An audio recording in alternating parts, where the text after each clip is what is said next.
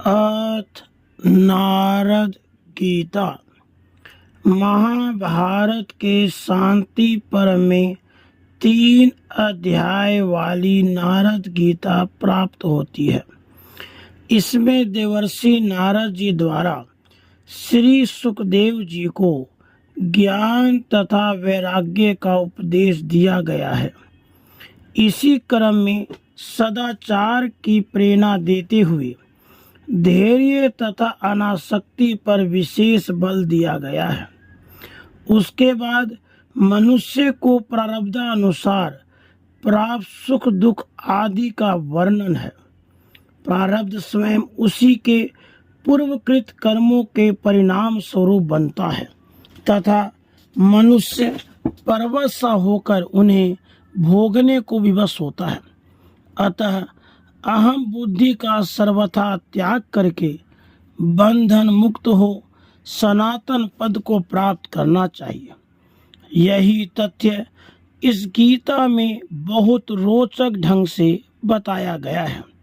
इसकी भाषा अत्यंत सुबोध, दृष्टांत अत्यंत रोचक और उपदेश सभी के लिए उपयोगी है।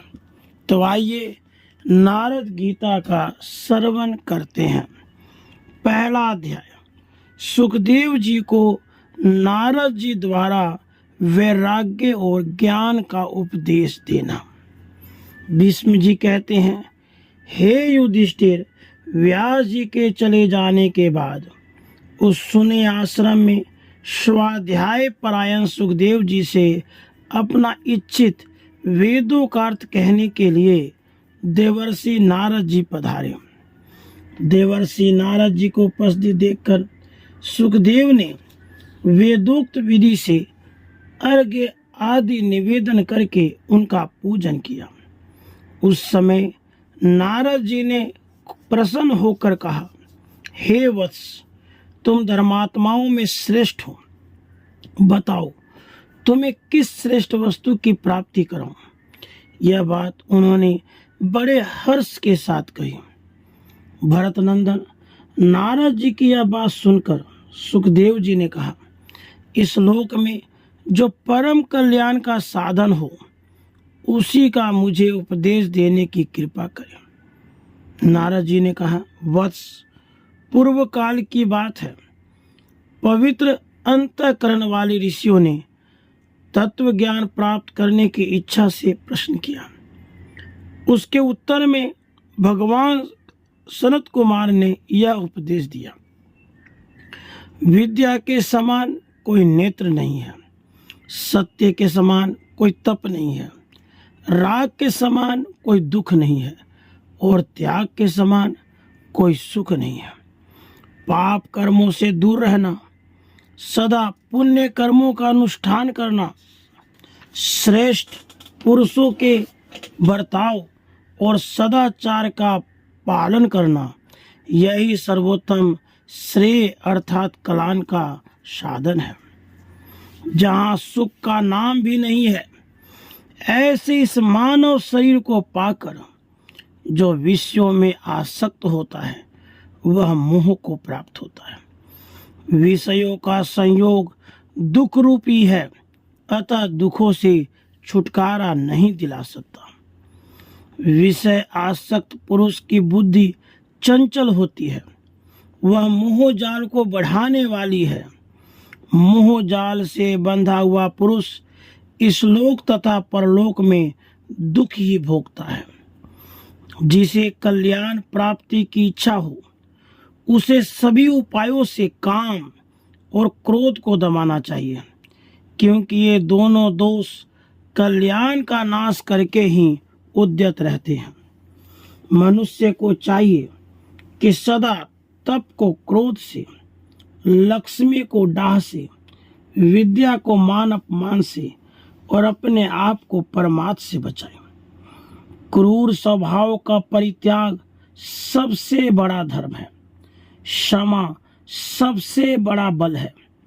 आत्मा का ज्ञान ही सबसे उत्कृष्ट ज्ञान है और सत्य से बढ़कर कुछ भी नहीं है। सत्य बोलना सबसे श्रेष्ठ है। परंतु सत्य से भी श्रेष्ठ है हितकारक वचन बोलना, जिससे प्राणियों का हित होता हो, वही मेरे विचार से सत्य है। जो कार्य आरंभ करके सभी संकल्पों को छोड़ चुका है, जिसके मन में कोई कामना नहीं है, जो किसी वस्तु का संग्रह नहीं करता, जिसने सब कुछ त्याग दिया है, वही विद्वान है, वही पंडित है।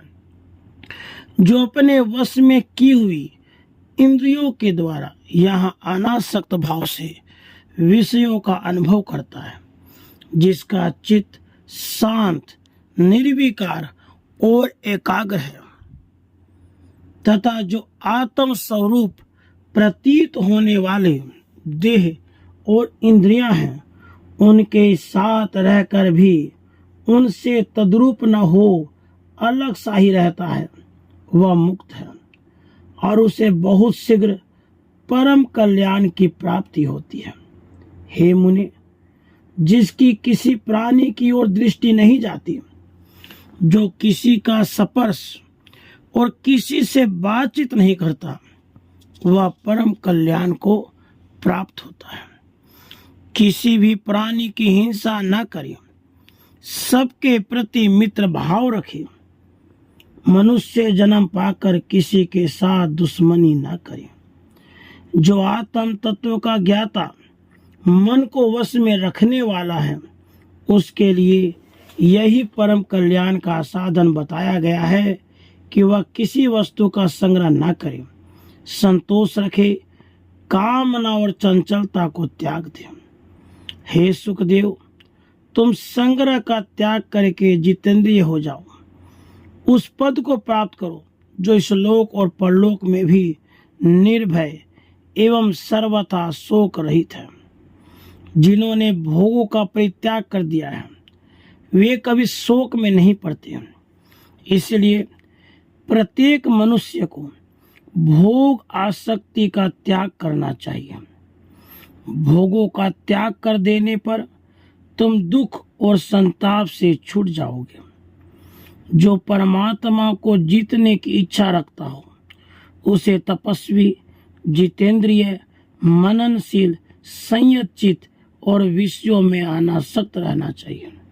जो ब्राह्मण त्रिगुणात्मक विषयों में आसक्त न होकर सदा एकांतवास करता है, वह शीघ्र ही सर्वोत्तम सुखरूप मोक्ष को प्राप्त कर लेता है। जो मुनि मैथुन में सुख मानने वाले प्राणियों के बीच में रहकर भी अकेले रहने में ही आनंद मानता है, उसे विज्ञान से परितृप्त समझना चाहिए। जो ज्ञान से तृप्त होता है, वह कभी शोक नहीं करता। जीव सदा कर्मों के अधीन रहता है। वह शुभ कर्मों के अनुष्ठान से देवता होता है। दोनों के मिश्रण से मनुष्य जन्म पाता है और केवल अशुभ कर्मों से पशु, पक्षी आदि नीच योनियों में जन्म लेता है। उन योनियों में जीव को सदा जरा, मृत्यु और नाना प्रकार के दुखों से संतप्त होना पड़ता है। इस प्रकार संसार में जन्म लेने वाला प्रत्येक प्राणी संताप की आग में पकाया जाता है। इस बात की ओर तुम क्यों नहीं ध्यान देते? तुमने अहित में ही हित बुद्धि कर ली है। जो अध्रुव विनाशशील वस्तुएं हैं, उन्हीं को ध्रुव अर्थात अविनाशी नाम दे रखा है। जो अनर्थ में ही तुम्हें अनर्थ का बोध हो रहा है, यह बात तुम्हारी समझ में क्यों नहीं आती है? जैसे रेशम का कीड़ा अपने ही शरीर से उत्पन्न हुए तंतुओं द्वारा अपने आप को आच्छादित कर देता है, उसी प्रकार तुम भी मोहवश अपने ही से उत्पन्न संबंध के बंधनों द्वारा अपने आप को बांधते जा रहे हो। तो भी यह बात तुम्हारी समझ में नहीं आ रही है। यहाँ विभिन्न वस्तुओं के संग्रह की कोई आवश्यकता नहीं है, क्योंकि संग्रह से महान दोष प्रकट होता है। रेशम का कीड़ा अपने संग्रह दोष के कारण ही बंधन में पड़ता है। स्त्री, पुत्र, कुटुंब में आसक्त रहने वाले प्राणी उसी प्रकार कष्ट पाते हैं जैसे जंगल के बूढ़े हाथी तालाब के दलदल में फंसकर दुख उठाते हैं। जिस प्रकार महान जाल में फंसकर पानी से बाहर हुए मत्स्य तड़पते हैं, उसी प्रकार स्नेह जाल से आकृष्ट होकर अत्यंत कष्ट उठाते हुए इन प्राणियों की ओर दृष्टिपात करो। संसार में कुटुंब, स्त्री, पुत्र, शरीर और संग्रह सब कुछ पराया है, सब नाशवान है। इसमें अपना क्या है? केवल पाप और पुण्य। जब सब कुछ छोड़कर तुम्हें यहाँ से विवश होकर चल देना है, तब इस अनर्थ में जगत में क्यों आसक्त हो रहे हो? अपने वास्तविक अर्थ मोक्ष का साधन क्यों नहीं करते हो? जहाँ ठहरने के लिए कोई स्थान नहीं, कोई सहारा देने वाला नहीं, राह खर्च नहीं, अपने देश का कोई साथी अथवा राह बताने वाला नहीं, जो अंधकार से व्याप्त और दुर्गम है, उस मार्ग पर तुम अकेले कैसे चल सकोगे? जब तुम परलोक की राह लोगे, उस समय तुम्हारे पीछे कोई नहीं जाएगा। केवल तुम्हारा किया हुआ पुण्य या पाप ही वहां जाते समय तुम्हारा अनुसरण करेगा। परमात्मा की प्राप्ति के लिए विद्या, कर्म, पवित्रता और अत्यंत विस्तृत ज्ञान का सहारा लिया जाता है। जब कार्य की सिद्धि परमात्मा की प्राप्ति हो जाती है, तब मनुष्य मुक्त हो जाता है। गांव में रहने वाले मनुष्य की विषयों के प्रति जो आसक्ति होती है, वह उसे बांधने वाली रस्सी के समान है। पुण्य आत्मा पुरुष उसे काट कर आगे परमार्थ के पथ पर बढ़ जाते हैं, किंतु जो पापी हैं वे उसे नहीं काट पाते। यह संसार एक नदी के समान है, जिसका उपादान या उद्गम सत्य है। रूप इसका किनारा है, मन स्रोत, स्पर्श द्वीप और रस ही प्रवाह है। गंध उस नदी का कीचड़, शब्द जल और स्वर्ग रूपी दुर्गम घाट है। शरीर रूपी नौका की सहायता से उसे पार किया जा सकता है। क्षमा इसको खेने वाली लग्गी और धर्म इसको स्थिर करने वाली रस्सी है। यदि त्याग रूपी अनुकूल पवन का सहारा मिले तो इस शीघ्रगामिनी नदी को पार किया जा सकता है। इसे पार करने का अवश्य प्रयत्न करें। धर्म और अधर्म को छोड़ो, सत्य और असत्य को भी त्याग दो, और इन दोनों को त्याग करके जिसके द्वारा त्याग करते हो उसको भी त्याग दो। संकल्प के त्याग द्वारा धर्म को, लिप्सा के अभाव द्वारा अधर्म को त्याग दो। फिर बुद्धि के द्वारा सत्य और असत्य का त्याग करके परम तत्व के निश्चय द्वारा बुद्धि को भी त्याग दो। यह शरीर पंचभूतों का घर है। इसमें हड्डियों के खंभे लगे हैं। यह नस नाड़ियों से बंधा हुआ, रक्त मांस से लीपा हुआ और चमड़े से मढ़ा हुआ है। इसमें मल मूत्र भरा है, जिससे दुर्गंध आती रहती है। यह बुढ़ापा और शोक से व्याप्त रोगों का घर, दुख रूप रजोगुण रूपी धूल से ढका हुआ और अनित्य है। अतः तुम्हें इसकी आसक्ति को त्याग देना चाहिए। यह संपूर्ण चराचर जगत पंच महाभूतों से उत्पन्न हुआ है, इसलिए महाभूत स्वरूपी है। जो शरीर से परे है वह महतत्व अर्थात बुद्धि, 5 इंद्रियां, 5 सूक्ष्म महाभूत, तन्मात्राएं 5 प्राण, सत्वादि गुण, इन 17 तत्वों के समुदाय का नाम अव्यक्त है। इनके साथ ही इंद्रियों के 5 विषय अर्थात स्पर्श, शब्द, रूप, रस, गंध, मन और अहंकार, इन संपूर्ण व्यक्त अव्यक्त को मिलाने से 24 तत्वों का समूह होता है। उसे व्यक्त अव्यक्तामय समुदाय कहा गया है। इन सब तत्वों से जो संयुक्त है उसे पुरुष कहते हैं।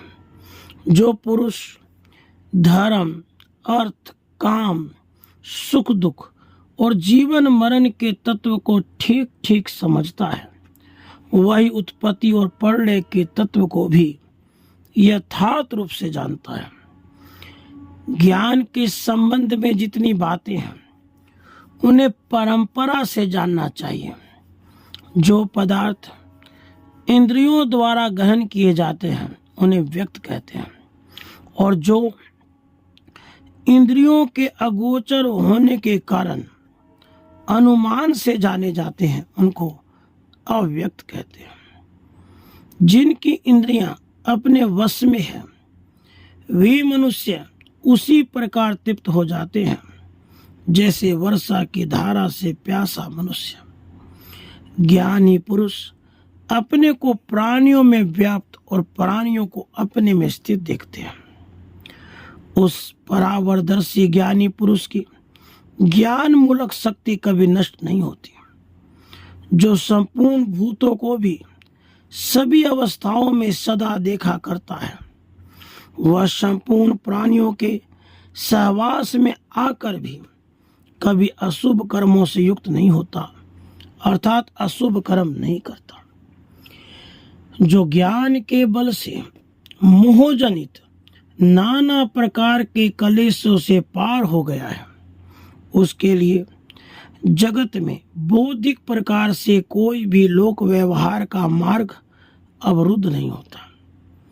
मोक्ष के उपाय को जानने वाले भगवान नारायण कहते हैं कि आदि अंत से रहित, अविनाशी, अकर्ता और निराकार जीवात्मा इस शरीर में स्थित है। जो जीव अपने ही किए हुए विभिन्न कर्मों के कारण सदा दुखी रहता है, वही उस दुख का निवारण करने के लिए नाना प्रकार के प्राणियों की हत्या करता है। फिर वह और भी बहुत से नए नए कर्म करता है, और जैसे रोगी अपत्य खाकर दुख पाता है, उसी प्रकार उस कर्म से वह अधिकाधिक कष्ट पाता रहता है। जो मोह से अंधा हो गया है वह सदा ही दुखद भोगों में ही सुख बुद्धि कर लेता है, और मथाने की भांति कर्मों से बंधता एवं मथा जाता है। फिर प्रारब्ध कर्मों के उदय होने पर वह बद्ध प्राणी कर्म के अनुसार जन्म पाकर संसार में नाना प्रकार के दुख भोगता हुआ उसमें चक्र की भांति घूमता रहता है। इसलिए तुम कर्मों से निवृत्त, सब प्रकार के बंधनों से मुक्त, सर्वज्ञ, सर्वविजयी, सिद्ध और सांसारिक भावना से रहित हो जाओ। बहुत से ज्ञानी पुरुष संयम और तपस्या के बल से नवीन बंधनों का उच्छेद करके अनंत सुख देने वाली अबाध सिद्धि को प्राप्त हो चुके हैं। दूसरा अध्याय। सुखदेव को नारद जी का सदाचार और अध्यात्म विषयक उपदेश। नारद जी कहते हैं, सुखदेव, शास्त्र शोक को दूर करने वाला, शांति कारक और कल्याणमय है। जो अपने शोक का नाश करने के लिए शास्त्र का श्रवण करता है वह उत्तम बुद्धि पाकर सुखी हो जाता है। शोक के हजारों और भय के सैकड़ों स्थान हैं जो प्रतिदिन मूढ़ पुरुषों पर ही अपना प्रभाव डालते हैं, विद्वान पर नहीं। इसीलिए अपने अनिष्ट का नाश करने के लिए मेरा यह उपदेश सुनो। यदि बुद्धि अपने वश में रहे सो सदा के लिए शोक का नाश हो जाता है। मंद बुद्धि मनुष्य ही अप्रिय वस्तु की प्राप्ति और प्रिय वस्तु का वियोग होने पर मन ही मन दुखी होते हैं।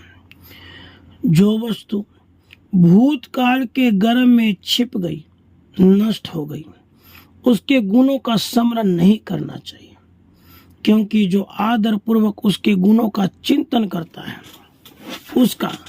उसके प्रति आसक्ति का बंधन नहीं छूटता। जहाँ चित्त की आसक्ति बढ़ने लगे वहीं दोष दृष्टि करना चाहिए और उसे अनिष्ट को बढ़ाने वाला समझना चाहिए। ऐसा करने पर उससे शीघ्र ही वैराग्य हो जाता है। जो बीती बात के लिए शोक करता है उसे न तो अर्थ की प्राप्ति होती है, न धर्म की, न यश की। वह उसके अभाव का अनुभव करके केवल दुख ही उठाता है, उससे अभाव दूर नहीं होता। सभी प्राणियों को उत्तम पदार्थों से संयोग और वियोग प्राप्त होते हैं। किसी एक पर ही यह शोक का अवसर आता हो ऐसी बात नहीं है। जो मनुष्य भूतकाल में मरे हुए किसी व्यक्ति के लिए अथवा नष्ट हुई किसी वस्तु के लिए निरंतर शोक करता है वह एक दुख से दूसरे दुख को प्राप्त होता है। इस प्रकार उसे दो अनर्थ भोगने पड़ते हैं। जो मनुष्य संसार में अपनी संतान की मृत्यु हुई देखकर भी अश्रुपात नहीं करते, वे ही धीर हैं। सभी मनुष्यों पर समीचीन भाव से दृष्टिपात या विचार करने पर भी किसी का भी आंसू बहाना युक्ति संगत नहीं जान पड़ता। यदि कोई शारीरिक या मानसिक दुख उपस्थित हो जाए और उसे दूर करने के लिए कोई यत्न न किया जा सके अतः किया हुआ यत्न काम न दे सके तो उसके लिए चिंता नहीं करना चाहिए। दुख दूर करने की सबसे अच्छी दवा यही है कि उसका बार बार चिंतन न किया जाए। चिंतन करने से वह घटता नहीं बल्कि बढ़ता ही जाता है। इसीलिए मानसिक दुख को बुद्धि के द्वारा विचार से और शारीरिक कष्ट को औषध सेवन द्वारा नष्ट करना चाहिए। शास्त्र ज्ञान के प्रभाव से ही ऐसा होना संभव है। दुख पड़ने पर बालकों की तरह रोना उचित नहीं है। रूप, यौवन, जीवन, धन संग्रह, आरोग्य, प्रियजनों का सहवास ये सब अनित्य है। विद्वान पुरुष को इनमें आसक्त नहीं होना चाहिए। सारे देश पर आए हुए संकट के लिए किसी एक व्यक्ति को शोक करना उचित नहीं है। यदि उस संकट को टालने का कोई उपाय दिखाई दे तो शोक छोड़कर उसे ही करना चाहिए। इसमें संदेह नहीं कि जीवन में सुख की अपेक्षा दुख ही अधिक होता है, किंतु सभी को मोहवश विश्व के प्रति अनुराग होता है और मृत्यु अप्रिय लगती है। जो मनुष्य सुख और दुख दोनों की ही चिंता छोड़ देता है वह अक्षय ब्रह्म को प्राप्त हो जाता है। विद्वान पुरुष उसके लिए शोक नहीं करते। धन खर्च करते समय बड़ा दुख होता है, उसकी रक्षा में भी सुख नहीं है, उसकी प्राप्ति भी बड़े कष्ट से होती है। अतः धन को प्रत्येक अवस्था में दुखदायक समझकर उसके नष्ट होने पर चिंता नहीं करना चाहिए। मनुष्य धन का संग्रह करते करते पहले की अपेक्षा ऊंची धन संपन्न स्थिति को प्राप्त होकर भी कभी तृप्त नहीं होते। वे और अधिक की आशा लिए हुए ही मर जाते हैं, किंतु विद्वान पुरुष सदा संतुष्ट रहते हैं। वे धन की तृष्णा में नहीं पड़ते। संग्रह का अंत है विनाश, ऊंचे चढ़ने का अंत है नीचे गिरना। संयोग का अंत है वियोग और जीवन का अंत है मरण। तृष्णा का कभी अंत नहीं होता। संतोष ही परम सुख है। अतः पंडित जन इस लोक में संतोष को ही उत्तम धन समझते हैं। आयु निरंतर बीती जा रही है, वह पल भी पल ठहरती नहीं है। जब अपना शरीर ही अनित्य है तभी संसार की किस वस्तु को नित्य समझा जाए।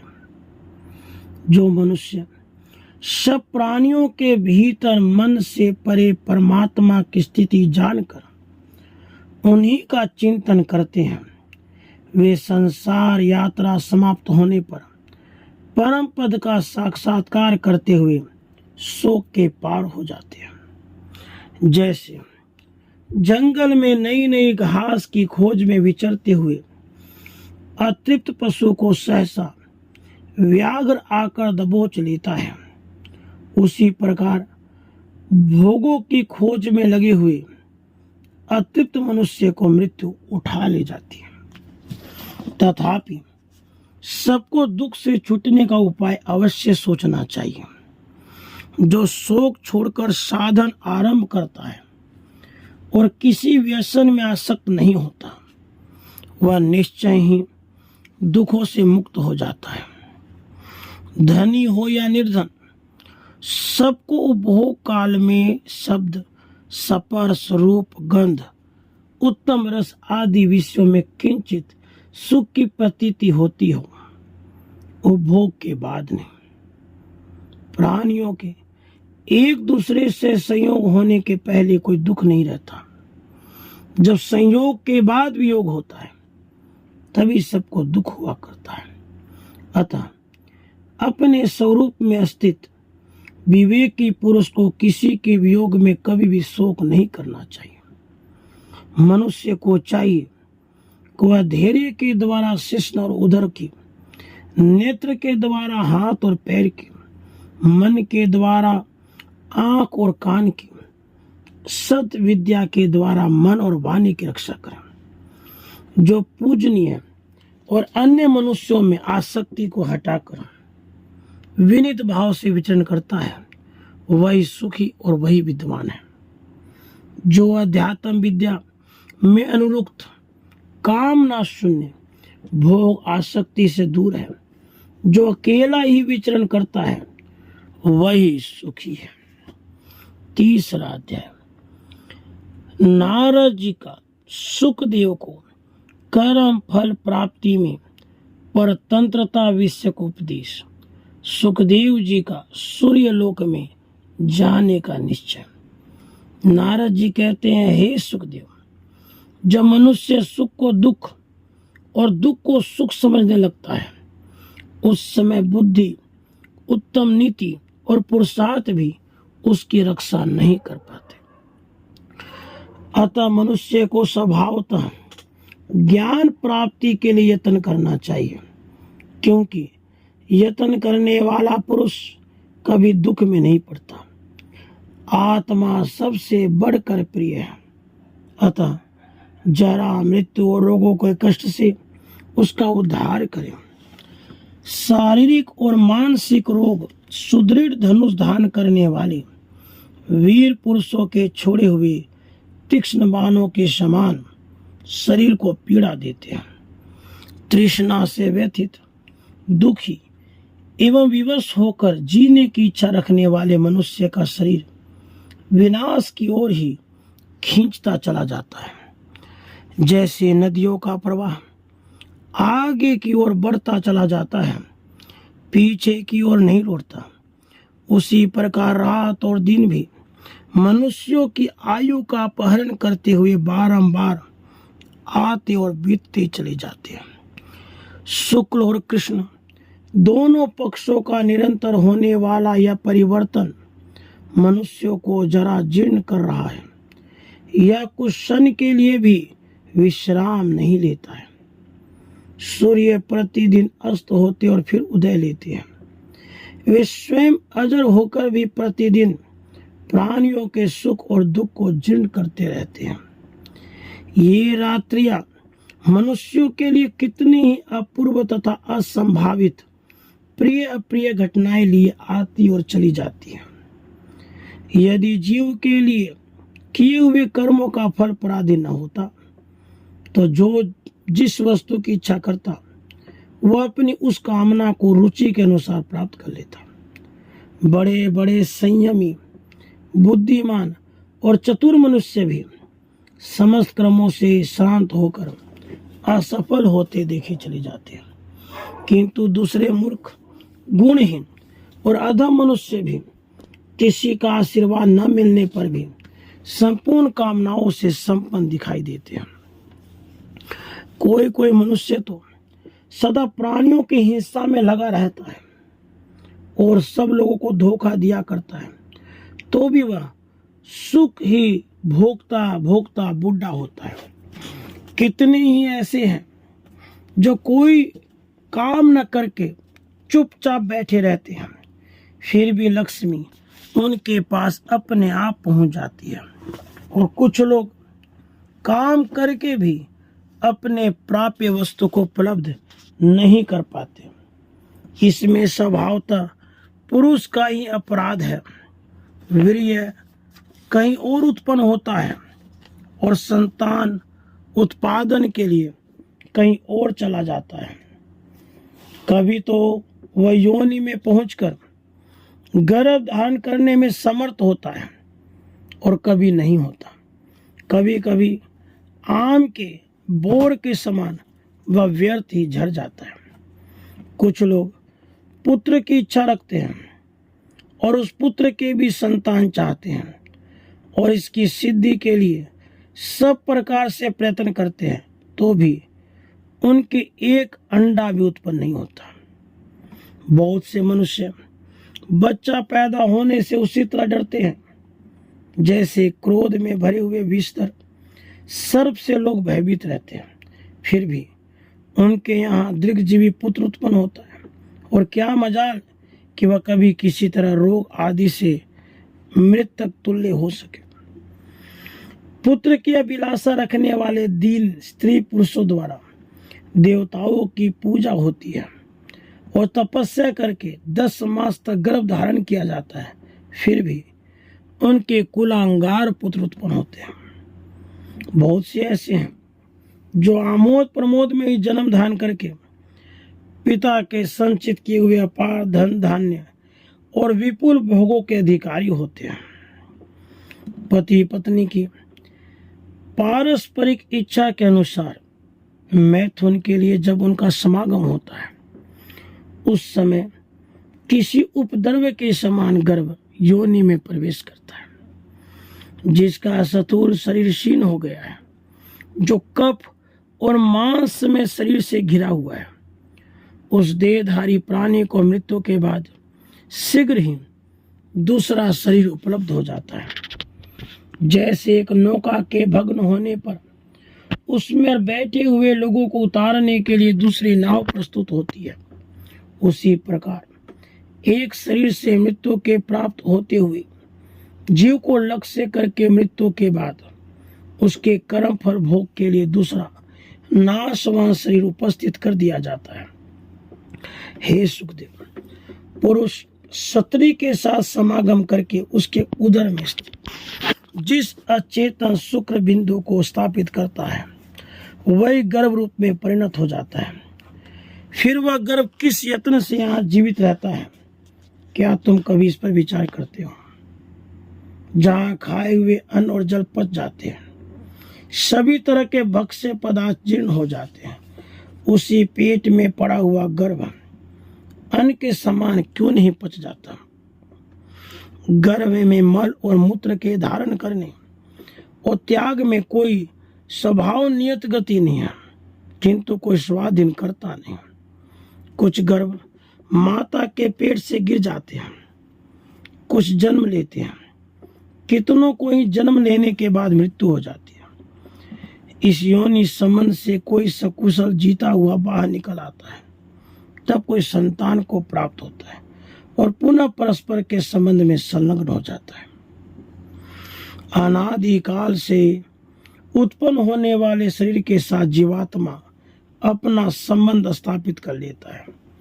इस शरीर को गर्भवास, जन्म, बाल्य, कौमार, पौगंड, यौवन, वृद्धत्व, जरा, प्राणरोध और नाश, ये 10 दशाएं होती हैं। इनमें से 7वीं और 9वीं दशा को भी शरीरगत 5 भूत ही प्राप्त होते हैं आत्मा ने। आयु समाप्त होने पर शरीर की 9वीं दशाएं पहुंचने पर ये 5 भूत नहीं रहते, अर्थात 10वीं दशा को प्राप्त हो जाते हैं। जैसे व्याध छोटे मृगों को कष्ट पहुंचाते, उसी प्रकार जब नाना प्रकार के रोग मनुष्य को मत डालते हैं, तब उनमें बैठने उठने की भी शक्ति नहीं रह जाती। रोगों से पीड़ित हुए मनुष्य वैद्यों को बहुत सा धन देते हैं। वैद्य लोग रोग दूर करने की बहुत चेष्टा करते तो भी उन रोगियों की पीड़ा दूर नहीं कर पाते हैं। बहुत से औषधियों का संग्रह करने वाले चिकित्सा में कुशल चतुर वैद्य भी व्याधों के मारे हुए मृगों की भांति रोगों के शिकार हो जाते हैं। बड़े बड़े हाथी जैसे वृक्षों को झुका देते हैं, वैसे ही वे तरह तरह के काढ़े और नाना प्रकार के घी पीते रहते हैं, तो भी वृद्धावस्था उनकी कमर टेढ़ी कर देती है। इस पृथ्वी पर मृग, पक्षी, हिंसक पशु, दरिद्र मनुष्यों को जब रोग सताता है तो कौन उनकी चिकित्सा करने जाते हैं, किंतु प्राय उन्हें रोग होता ही नहीं है। परंतु बड़े बड़े पशु जैसे छोटे पशुओं पर आक्रमण करके उन्हें दबा देते हैं, उसी प्रकार प्रचंड तेज वाले, घोर एवं दुर्धर्ष राजाओं पर बहुत से रोग आक्रमण करके उन्हें अपने वश में कर लेते हैं। इस प्रकार सब लोग भाव सागर के प्रबल प्रवाह में सहसा पड़कर इधर उधर बहते हुए मोह और शोक में डूबे रहते हैं और आर्तनाद तक नहीं कर पाते। विधाता के द्वारा कर्म फल भोग में नियुक्त हुए देहधारी मनुष्य धन, राज्य तथा कठोर तपस्या के प्रभाव से प्रकृति का उल्लंघन नहीं कर सकते। यदि प्रयत्न का फल अपने हाथ में होता तो मनुष्य न तो बूढ़े होते और न मरते, सबकी समस्त कामनाएं पूरी हो जाती और किसी को अप्रिय नहीं देखना पड़ता। सब लोग लोगों के ऊपर से ऊपर स्थान में जाना चाहते हैं और यथाशक्ति इसके लिए चेष्टा भी करते हैं, किंतु वैसा करने में समर्थ नहीं होते। परमाद रहित पराक्रमी सूरवीर भी ऐश्वर्य और मदिरा के मद से उन्मत्त रहने वाले शठ मनुष्य की सेवा करते हैं। कितने ही लोगों के क्लेश ध्यान दिए बिना ही निवृत्त हो जाते हैं तथा दूसरों को अपने ही धन में समय पर कुछ भी नहीं मिलता। कर्मों के फल में भी बड़ी भारी विषमता देखने में आती है। कुछ लोग पालकी ढोते हैं और दूसरे लोग उसी पालकी में बैठकर चलते हैं। सभी मनुष्य धन और समृद्धि चाहते हैं, परंतु उनमें से थोड़े से ही ऐसे लोग होते हैं जो रथ पर चढ़कर चलते हैं। कितने ही पुरुष स्त्री रहित हैं और सैकड़ों मनुष्य कई स्त्रियों वाले हैं।